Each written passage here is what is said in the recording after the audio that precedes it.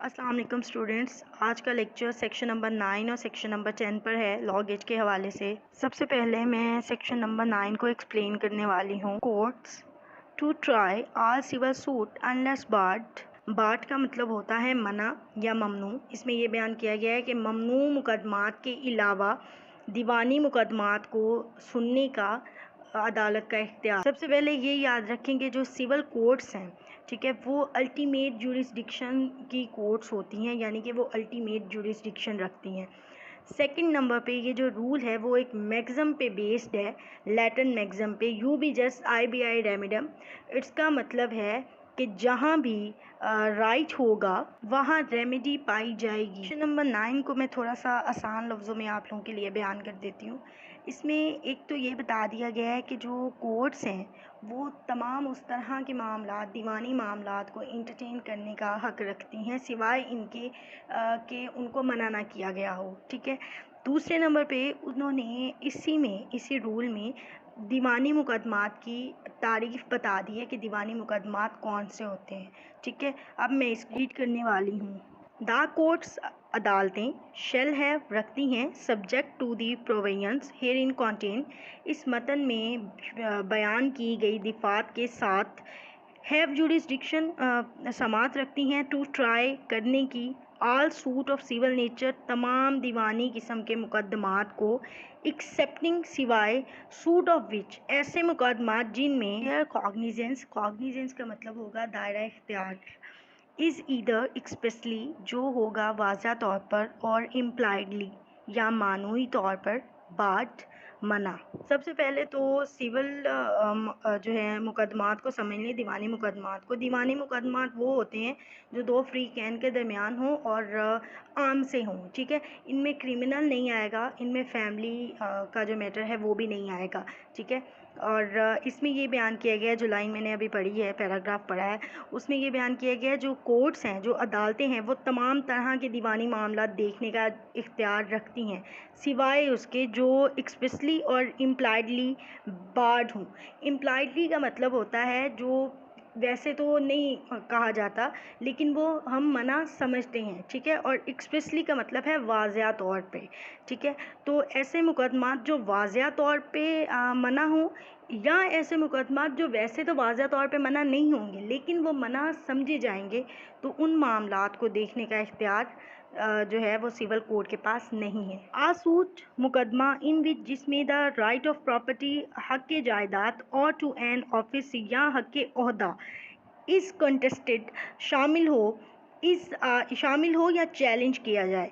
Is है suit मुकदमा of civil nature का। इसकी एक्सप्लेनेशन में दीवानी मुकदमे की तारीफ़ बता दी गई है कि ऐसा मुकदमा जो किसी प्रॉपर्टी के हक़ के मुतल्लिक हो, यानी कि जायदाद के मुतल्लिक हो, और या कोई ओहदे के मुतल्लिक हो, ठीक है। दो लोग हैं, उनमें ओहदे के मुतल्लिक कोई, ऑफिस के मुतल्लिक कोई उनका मुकदमा है, या कोई ऐसा मुकदमा है जो प्रॉपर्टी के हक़ के मुतल्लिक है, ठीक है। एक कहता है ये मेरी प्रॉपर्टी है, दूसरा कहता है नहीं ये मेरी है, तो ऐसा मुकदमा दीवानी मुकदमा कहलाएगा। Notwithstanding that such right may depend entirely on the decision of question as a religious rites का मतलब होता है रसूमात, और सेरेमनीज़ का मतलब होता है तकरीब में। ये बयान किया गया है वो हक़ जो दो पार्टीज़ मांग रही हैं, ठीक है, वो बेशक मजहबी रसूमात या तकरीब के फ़ैसले पर ही मुनहसर क्यों ना हो, वो दीवानी नेचर का ही मुकदमा कहलाएगा। सेक्शन नंबर 9 से लॉ गेट इम्पॉर्टेंट MCQ का बता देती हूँ। सबसे पहले तो वो ये पूछ सकता है कि जो सिविल कोर्ट्स हैं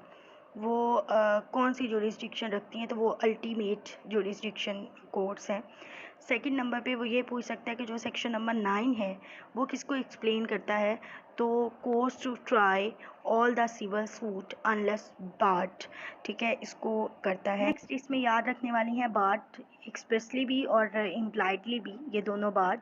और अगला जो इम्पोर्टेंट है वो ये पूछ सकता है कि ऐसा सूट जिसमें राइट ऑफ प्रॉपर्टी हो या राइट ऑफ ऑफिस हो, तो वो किस नेचर का सूट होगा, तो वो सिविल नेचर का सूट होगा। 3 तरह की जो बार्ड हैं वो इस पे लगाई जाती हैं सेक्शन नंबर 9 पे, एब्सोल्यूट, कंडीशनल और स्पेशल। अब आ जाते हैं जी सेक्शन नंबर 10 पे, स्टे ऑफ सूट या रेस्ट सब जुडिस। स्टे ऑफ सूट मतलब मुकदमे का इल्तवा यानी कि मुकदमे को रोकना।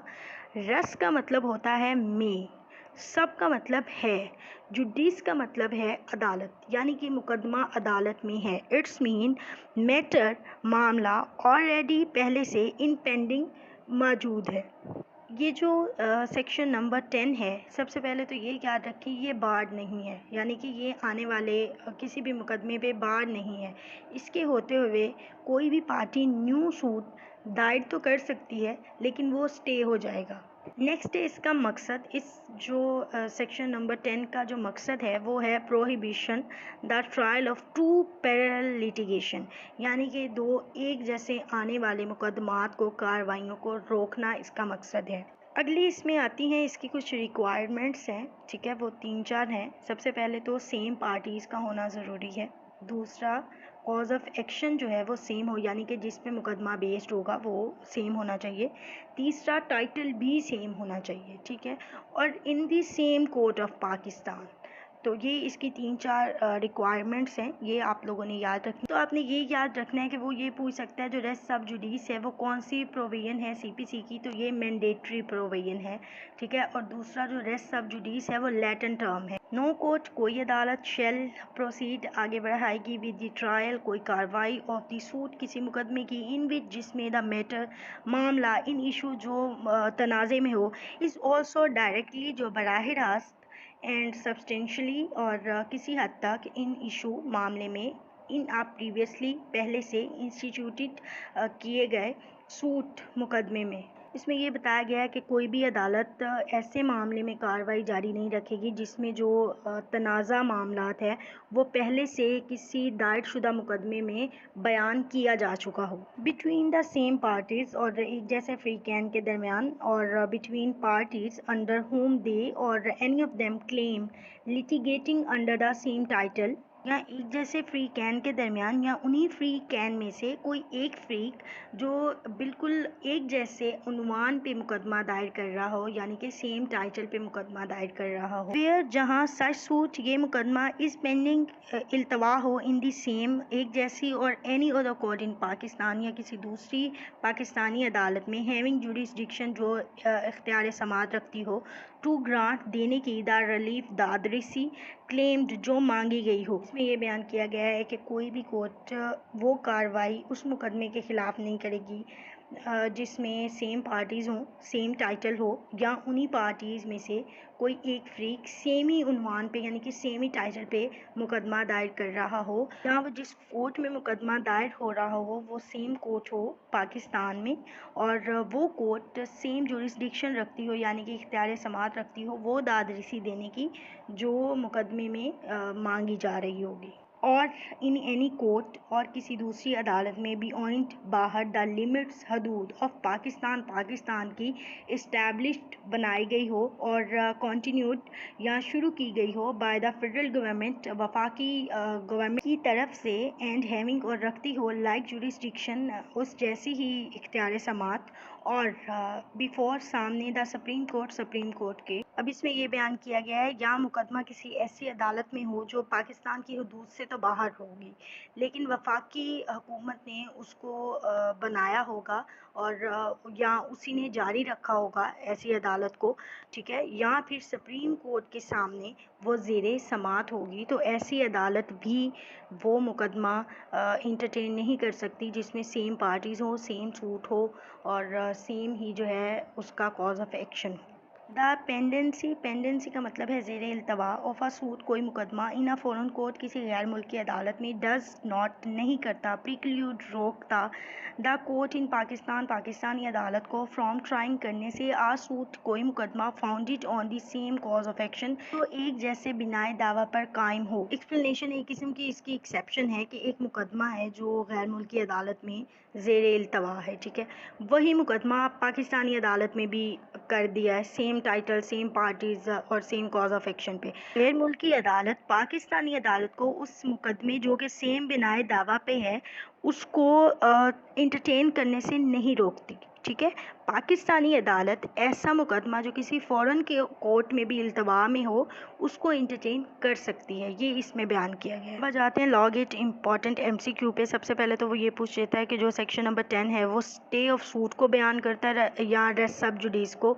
तो आप लोगों ने याद रखना है ये दोनों ही करेक्ट आंसर हैं।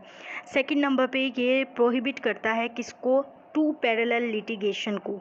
ठीक है, थर्ड नंबर पे वो पूछ लेता है क्या ये बार है किसी मुकदमे पे, तो नहीं, ये बार नहीं है। ठीक है, इसके होते हुए न्यू सूट फाइल हो सकता है लेकिन वो क्या हो जाता है, स्टे हो जाता है। बाकी आप लोगों को मैं बता चुकी हूँ कि ये जो सेक्शन नंबर 10 है ये मैंडेटरी सेक्शन है CPC का, और दूसरा रेस्ट सब जुडिस जो है वो लैटिन टर्म है। नेक्स्ट इसकी एक्सप्लेनेशन में एक MCQ बन सकता है कि जो पेडेंसी है किसी फ़ॉरेन कोर्ट में किसी सूट की, तो क्या वो बार है पाकिस्तान में किसी अदालत में मुकदमे पर, तो जी नहीं, वो बार नहीं है। अगला जो इम्पोर्टेंट हो सकता है वो है claim litigating under the same title. ठीक है, तो इसकी जो रिक्वायरमेंट्स हैं 3-4 हैं वो भी माइंड में रखनी है। ये था जी आज का हमारा लेक्चर CPC पे 9 और 10 सेक्शंस को मैंने एक्सप्लेन किया है। लॉ गेट के हवाले से इतनी डिटेल बहुत है। ठीक है, आप लोगों ने MCQ के हवाले से ही करना है इसको, तो इतनी डिटेल बहुत है, आप लोगों के कॉन्सेप्ट वगैरह क्लियर होने चाहिए।